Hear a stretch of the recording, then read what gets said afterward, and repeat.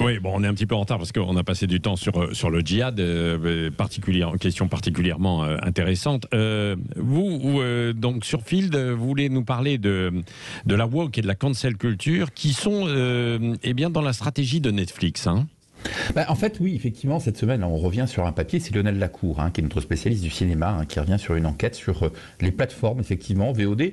Alors, il y a Netflix, pas que, il y a Disney aussi.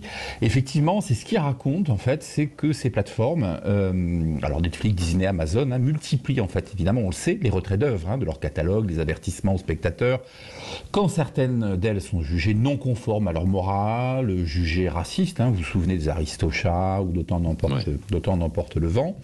Ce qu'il explique très bien dans son enquête, c'est en fait la volonté de ces plateformes aujourd'hui de changer notre perception en fait de la société au risque d'une forme de totalitarisme de la pensée. Alors il revient notamment, si on a un tout petit peu de temps, sur la création d'un fonds pour l'équité créative qui a été mis en place par Netflix aux États-Unis, avec une dotation quand même de plus de 100 millions de dollars, qui doit permettre une meilleure représentation en fait des communautés, alors LGBT, handicapées ou ethniques, donc on l'a compris évidemment, des minorités.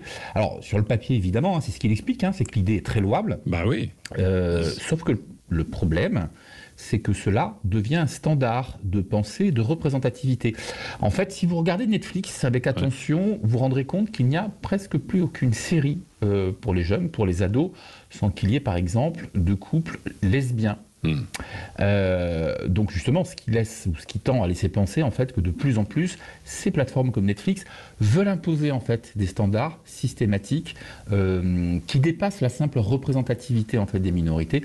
On veut de plus en plus faire en sorte, c'est un peu le principe finalement de la woke culture, de montrer que ces minorités finalement elles sont en train de prendre la place de la majorité. Oui, beaucoup plus visible. Et c'est à retrouver cette enquête fieldmedia.com. Merci Emmanuel Razavi.